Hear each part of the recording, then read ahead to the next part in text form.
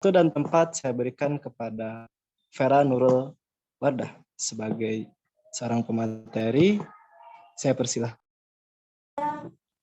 Baik, terima kasih kepada moderator. Untuk yang selanjutnya itu mengenai melakukan analisis jabatan dan juga metode analisis jabatan. Untuk yang pertama yaitu mengenai metode analisis jabatan. Bagian ini diawali dengan strategi yang biasa digunakan untuk memperkenankan analisa jabatan beserta dengan deskripsi metode alternatif. Ada beberapa step. Untuk yang pertama yaitu mengenai identifikasi tugas yang akan dikerjakan.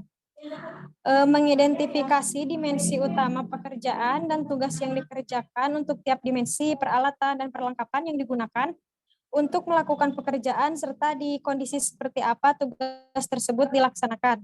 Lalu ada juga mengumpulkan informasi yang sudah ada, yaitu keperluan untuk menginterview pekerjaan yang sudah lama selalu merupakan ide bagus untuk mengumpulkan informasi yang sudah didapatkan. Menginterview subjek yang telah ahli, yaitu melakukan interview dengan subject matters expert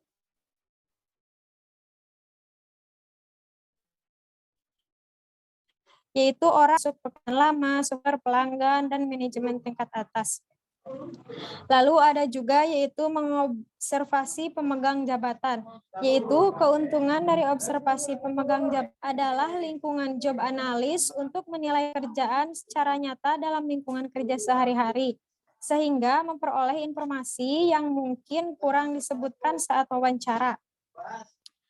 Lalu ada yang terakhir yaitu partisipasi kerja, yaitu digunakan untuk menganalisis pekerjaan dengan cara melakukan pekerjaan yang ditugaskan secara langsung, efektif, karena mudah memahami aspek dari pekerjaan ketika sudah menyelesaikan pekerjaan tersebut. Next, yaitu step 2, menulis statement tugas. Statement tugas yaitu paling tidak harus berisikan action atau apa yang sudah diselesaikan dan objek atau bagian apa action tersebut sudah dilaksanakan. Lalu ada step 3 yaitu menilai statement kerja. Dalam tahap ini dilakukan analisis tugas menggunakan sekelompok SME untuk menilai satu persatu statement tugas berdasarkan tingkat keseringan dan tingkat kepentingan dari tugas tersebut. Setelah perwakilan dari setiap sampel nilai ini masing-masing ditugaskan diperoleh, nilai ini format table. Tugas ini tidak akan dimasukkan ke dalam job description apabila nilai tugas berada di bawah rata-rata 0,5. Tugas ini tidak akan dimasukkan ke dalam keperluan tugas akhir apabila rata-rata 0,5 atau kurang dari tingkat keseringan, kepentingan, atau rata-rata ranking, tingkat keseringan, dan kepentingan digabungkan kurang dari 2. Untuk step keempat yaitu mengenai menentukan kompetisi yang dibutuhkan. Langkah selanjutnya yaitu mengidentifikasi dari kompetensi yang dilakukan untuk melakukan pekerjaan. Lalu untuk step 5 yaitu memilih tes untuk memenuhi kompetensi. Pada langkah ini yaitu menentukan metode terbaik untuk mencapai kompetensi yang diperlukan saat merekrut. Metode ini juga digunakan untuk memilih karyawan baru dan sudah termasuk teknik wawancara, sampel pekerjaan, tes kemampuan, tes kepribadian, dan pengecekan referensi, integritas, biodata, dan pusat perwakilan. Lalu yang selanjutnya itu metode analisis jabatan. Yang pertama yaitu ada metode menyediakan informasi umum mengenai aktivitas karyawan. Lalu yang kedua yaitu ada metode yang menyediakan informasi mengenai peralatan yang digunakan. Yang ketiga yaitu ada metode menyediakan informasi mengenai lingkungan kerja. Dan yang terakhir yaitu ada metode yang menyediakan informasi mengenai kompetensi. Untuk yang pertama yaitu metode menyediakan informasi umum mengenai aktivitas karyawan, ada possession analysis kuesioner atau yang disingkat dengan PAK, yaitu yang berisi tentang item yang disusun dalam 6 dimensi utama, yaitu masukan informasi, proses mental, output kerja, hubungan dengan orang lain, konteks pekerjaan, dan variabel yang berhubungan dengan pekerjaan lain seperti jadwal kerja, membayar, dan tanggung jawab. Lalu yang selanjutnya itu ada Job Structure Profile atau JSP, yaitu merupakan revisi dari PAK yang di dalamnya berisi konten, barang, dan gaya, item baru untuk meningkatkan kekuatan deskriptif dari dimensi intelektual dan pengambilan keputusan.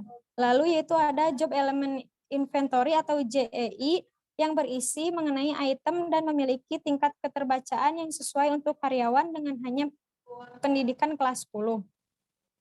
Yang terakhir yaitu ada functional job analysis atau FJA digunakan untuk menganalisis dan membandingkan ribuan pekerjaan. Lalu ada juga metode yang menyediakan informasi mengenai peralatan yang dibutuhkan, yaitu terdiri dari lebih 400 pertanyaan yang mencakup 5 kategori utama, yaitu tentang alat dan peralatan, persyaratan persepsi dan fisik, persyaratan matematika, kebutuhan komunikasi, dan pengambilan keputusan serta tanggung jawab. Lalu yang selanjutnya yaitu ada metode yang menyediakan informasi mengenai lingkungan kerja.